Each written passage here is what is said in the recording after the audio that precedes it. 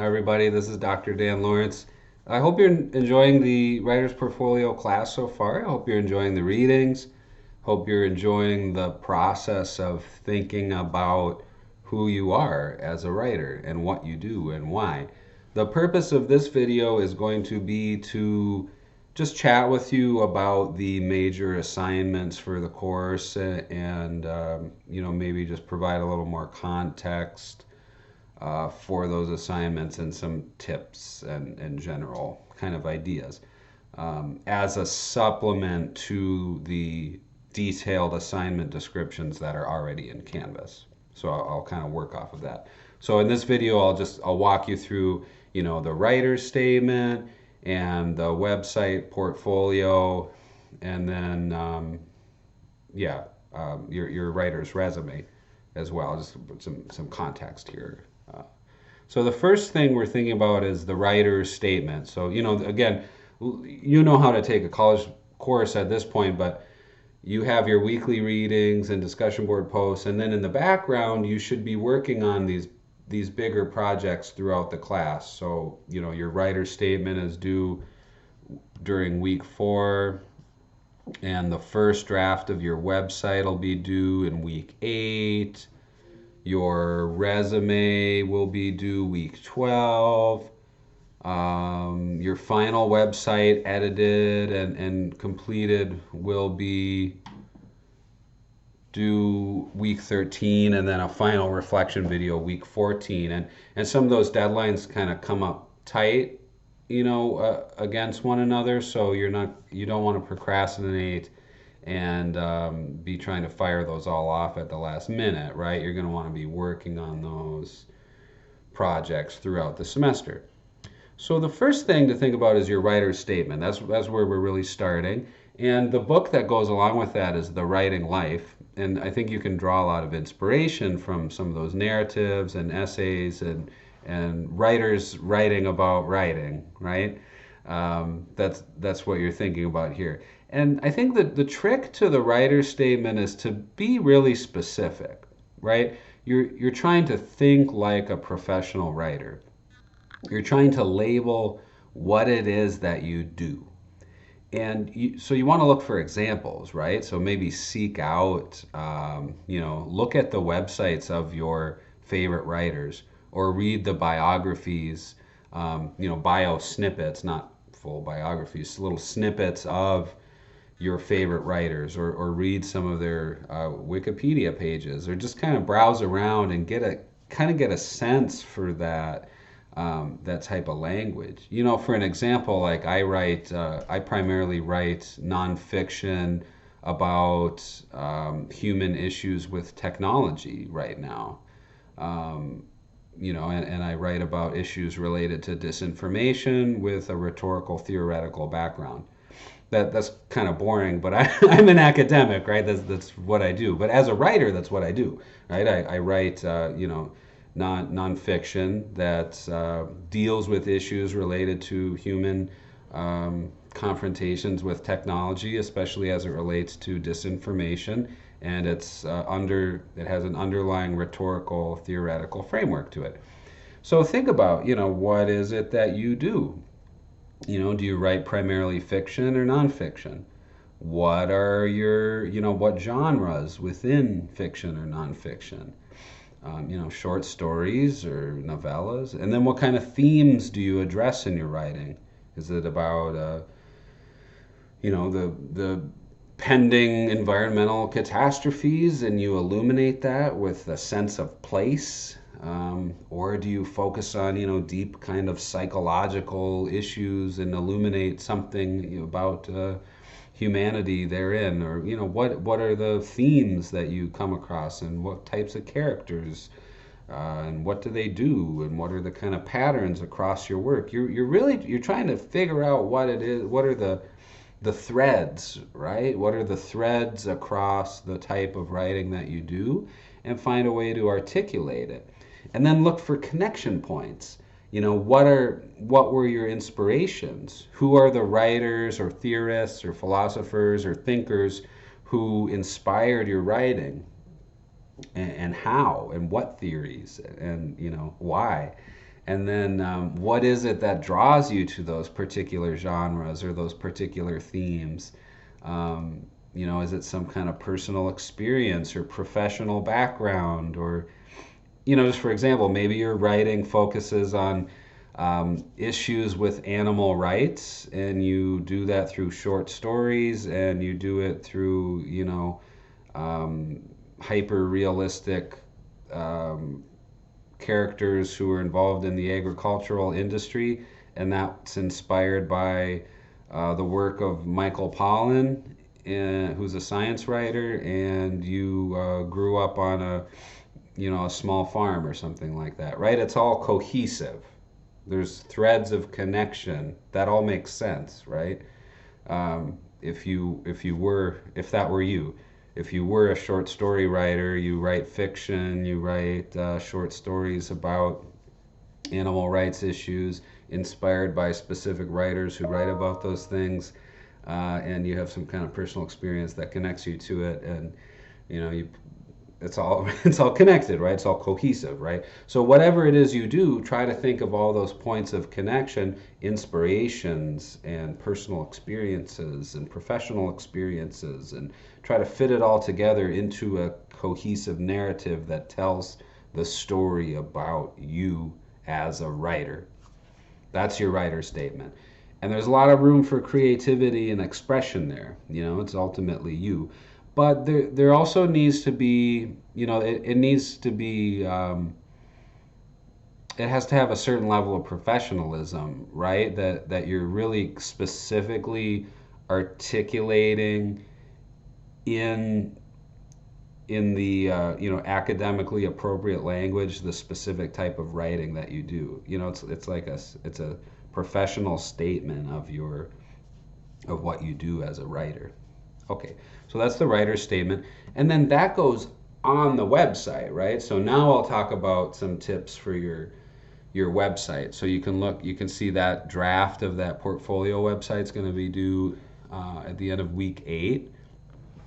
And again, you're going to use a tool to build this. You're going to use something like Wix.com, W-I-X, or you can use GoDaddy as another website builder and hosting service. You can use Squarespace, and just kind of weigh out which one of those services has the features that are going to work for you. Some of them, like Wix, are free, but then there could be ads on it or things like that. I really recommend, you don't have to do this, but I recommend just paying a little bit to use one of the hosted services, and that way you can get a custom domain name, so you can actually own the website that's like janejohnson.com, and then that's going to increase your searchability. That's going to be really nice. You can put that on your resume. You can own your own piece of the internet that has your name on it. That's pretty powerful. Like, just for example, I own danlawrenceauthor.com. Somebody else owns danlawrence.com.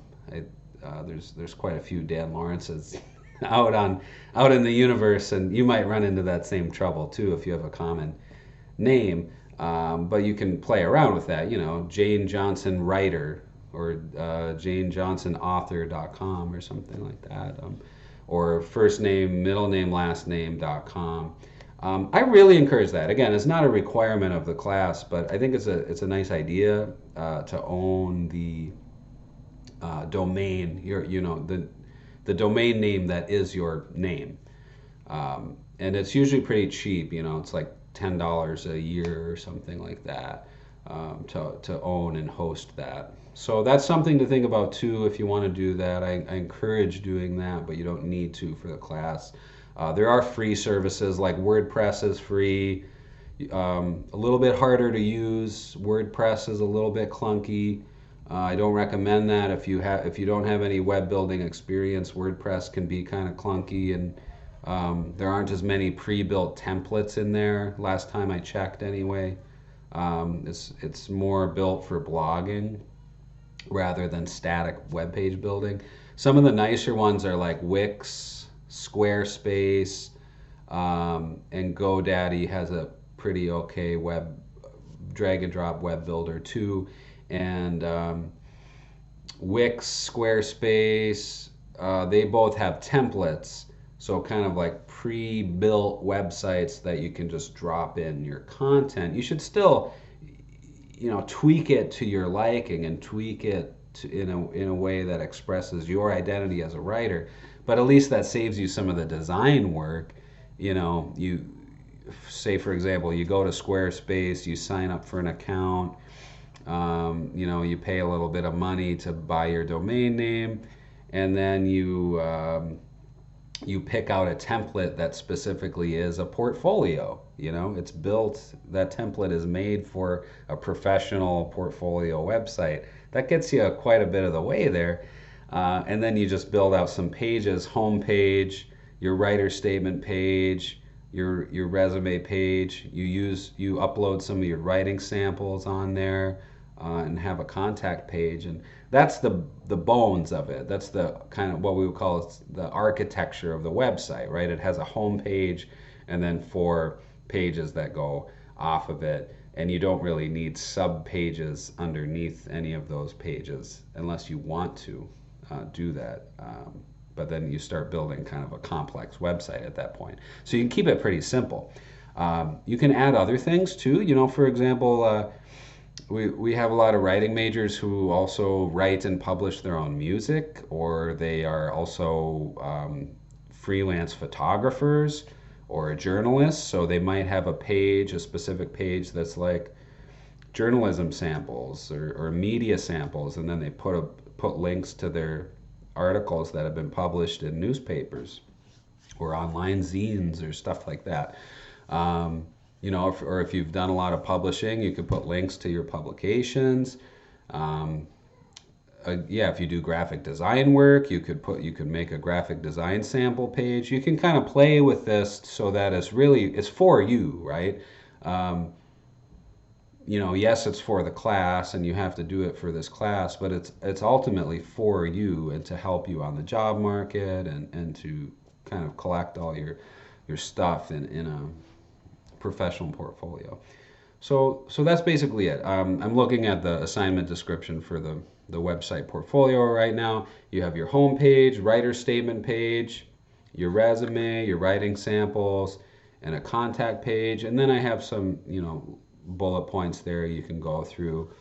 But that's basically it. So I would suggest looking at samples, seeking out examples. I have a couple of sample professional portfolios I linked in Canvas. I think cleaner is better as a general design philosophy is, you don't want to design something that looks like it's from 1998. So avoid moving text, avoid GIFs or, cheesy like websites in the late 90s used to have dancing babies and like fireworks and stuff like that all over them. And that really dates a website. So minimal design, really clean, blank backgrounds, right? Either white or solid color background for a website. Use a consistent font. Generally, a sans serif font looks better on a website. A sans serif font doesn't have the tiny embellishments on it. So think about the bottom of the letter I, a capital I. In a serif font would come down like this, would have a little embellishment, right? And the top would look like this, and the bottom would look like this. Those are serifs, those embellishments. A sans serif capital I is just a straight line. So sans serif fonts are more common to see on the web, and they're more, roughly speaking, they're more contemporary, digital, they're more modern looking compared to like a Times New Roman, which is, has the serifs, right? And we tend to associate serif fonts with print, and we tend to associate sans serif fonts with the web and texting and digital spaces. So in general, choose a sans serif font. Just for example, you'll notice that the Canvas in Canvas, I'm using a sans serif font because it's a web-based tool. So I'm reading the writer's portfolio website draft week 8 assignment, and in the assignment description, that's a sans serif font, just for an example. Okay, so go for a clean, minimal design aesthetic. You don't want to put a picture as your background. You don't want text on top of an image. That looks it's hard to read. You want clean background. You want a consistent text. And for formatting text on a website, you want to use what's called block formatting. So, left align everything, hard left. And then instead of indented paragraphs, use returns between paragraphs so that there's good white space, just one line of white space between each paragraph. And that's a really common format for online texts, online documents, online publishing, blogging, websites, stuff like this, like a portfolio website. That's just what we call block formatting, because instead of indenting paragraphs, you're putting space between them. It creates what looks like blocks of text, right? You can use block formatting in letters, block letter formatting, for example. I recommend when you write a cover letter, a contemporary cover letter that you send to a company or submit online, that you use block letter formatting. Left align it, use white space in between paragraphs instead of indenting paragraphs. So that's another little tip. What else could we say here? I think that's it. So again, you're going to choose a drag and drop website builder. You can choose a free one, like Wix has a free option. That's totally fine. But I would recommend, set aside a little bit of, it's usually not much. It's like $10 a year to reserve a domain name, and then it might be like 5 to 10 a month to host a website. Look into it. Again, it's not a requirement of the course, but look into it, because it's nice to own your own domain name and at least try hosting it for a while. But either way, you're going to have a live website. So if you want to go the free route, you can use Wix, and they have a free service there and a free hosting as well, but you might have ads on it, and that's okay. But you need a live website when you submit this to Canvas. So that's what I want. So for week 8, for the website draft, you're actually going to submit the URL or the link to your live website. So you're going to want to test it, make sure it's been published, it's active, it's live, and we can see it. So, as you're moving along, make sure that you publish your work at some point before you submit that link. This video is getting a little long, sorry, but I'll just go through the last couple assignments at the end of the semester. Week 12, that'll be your writer's resume. So, you're gonna think about what are the specific positions you actually want to apply to after you graduate. If you're going, into the professional route, whether it's technical writing or marketing or communications or digital marketing or editing, whatever it is, your journalism, whatever you're going into, craft a resume that includes all your writing skills. It has specific writing classwork that you've completed. It has specific technology skills in it. That's what we're looking for there is a real writer's resume, a resume you can use to apply to writing positions that has specific content related to writing in it. Then you'll submit your final edited website at the end of week 13. And then finally, week 14, you'll submit a short reflection video where you're just sharing, a bit about yourself, your identity as a writer, kind of taking the writer's statement and presenting it in video format. So that's a 5 to 6 minute video, semi-formal, where you're expressing your identity as a writer, you're reflecting on your time at UWS, talking about some of your inspirations and reflecting on this capstone process. And that'll take us right to the end of the semester then. And you'll see, you know, week 15, week 16, there might not be anything there yet in Canvas because we still need to work out some of those details. So, you know, as we move along, keep an eye out on your emails for more information about the Capstone event. Last year we did it all online. We did a Zoom event, you know, because of COVID. We don't know yet what we'll be doing this semester. If you are an E1 distance learning online student, of course you're not expected to physically come to campus. That you're invited to do that, but you don't need to. Um, but we'll just see. We'll have to see whether we're going to be able to do an on-campus event. Usually we do it in the Yellow Jacket Union on campus if we are able to. But, you know, if not, we'll host a Zoom event and we'll figure that all out when we get there. But we're breaking the 20-minute mark here, so I better cut myself off.